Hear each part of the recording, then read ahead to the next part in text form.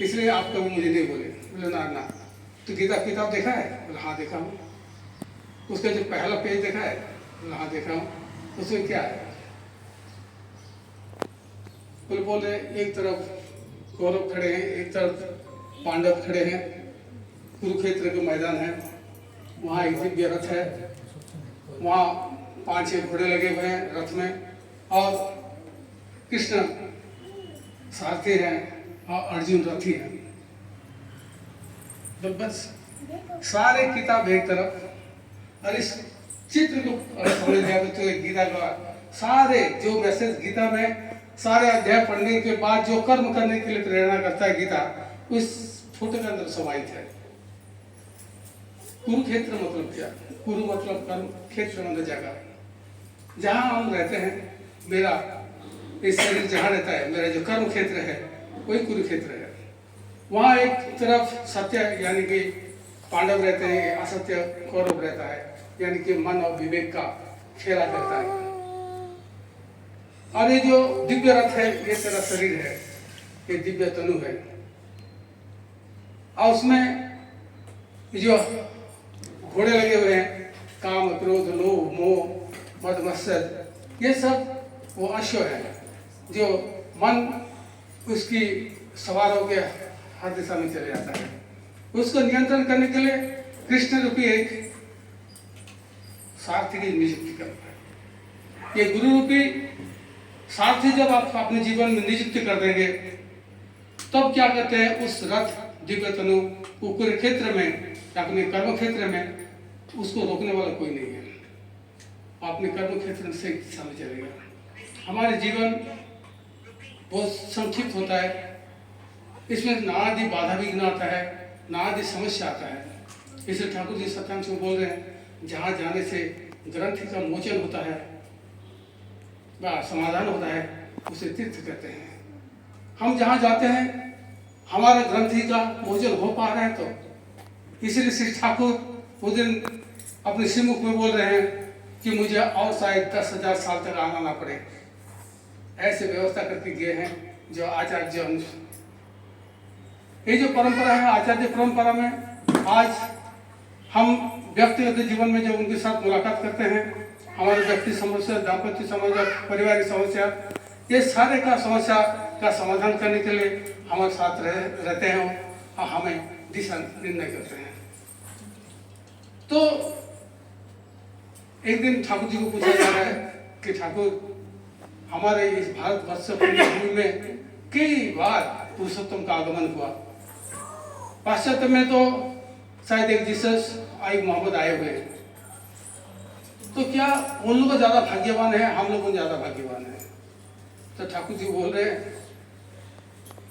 कि यही तो कि बार बार आने के बाद भी अगर हम सुधर नहीं पा रहे हैं, बार बार आना क्यों पड़ता है? जहाँ अधर्म, जहाँ गीता में क्या बोले, जदा यदा ये धर्मस्य, ये जहाँ ग्लानि होता है, यानी कि हम विमुख होते हैं, अंधकार को आलोक को पीछे करके हम अंधकार अंधकार बोल के चित्कार करते हैं, हम सही दिशा में नहीं जा पाते हैं।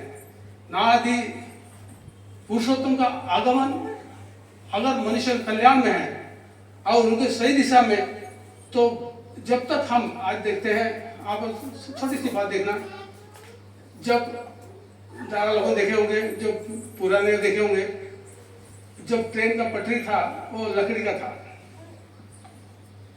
देखा गया कि जंगल काटने लगा उस पटरी की वजह से, तो लोहे के पटरी पर तबलीग चलना पड़ा।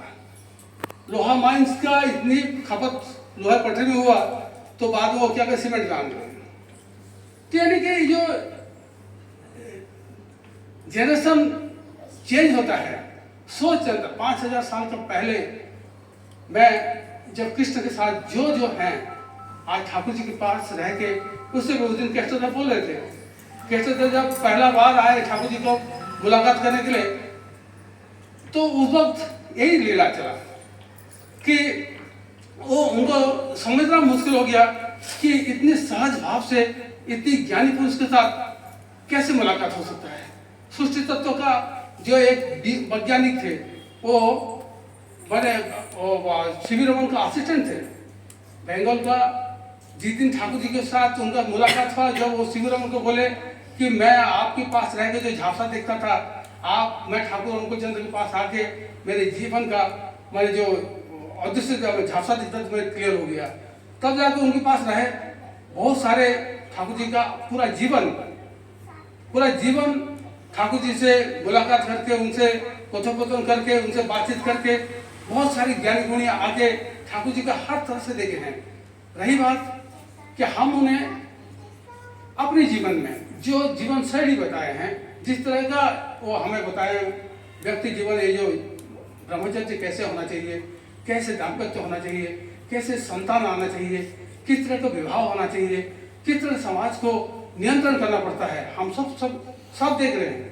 पूरा सृष्टि देख रहा है, पूरा दुनिया देख रहा है। आर्य संस्कृति का सनातन धर्म में इतनी प्रखर विद्वान होते हुए भी हमारे एक मुखी हम नहीं हो पा रहे। इसलिए ठाकुर दया करके आके एक ऐसे परिवेश सृष्टि किए हैं ताकि समाज के राह, खासकर उनका जो 3 मिशन है कि सदीक्षा ग्रहण करना पड़ता है और शिक्षा, दीक्षा और विवाह को बहुत जोर दिए हैं। दया करके उनके बारे में जानिए, समाज को सही दिशा दिखाने के लिए कि ये जजन जाजन निष्ठुति के एकांत प्रयोजन है। उस दिन गीता में वही ठाकुर जी बोले हैं कि मुझे ना दे के जो खाता है वो चोर है। उनके देने की प्रक्रिया क्या है, प्रोसेस क्या है? ठाकुर उस दिन आके वही बोले, आपने खुद हाथ फैला के देखा कि गुरु, हम बोलते हैं गुरु ब्रह्मा गुरु विष्णु गुरुदेव महेश्वर गुरुदेव परब्रह्म तस्मै श्री गुरुवे नमः। उनकी हमारा आर्य संस्कृति में पहले ही गुरु होते हैं अग्निमुख होते हैं, आचार्य होते हैं अग्नि का प्रतीक होते हैं।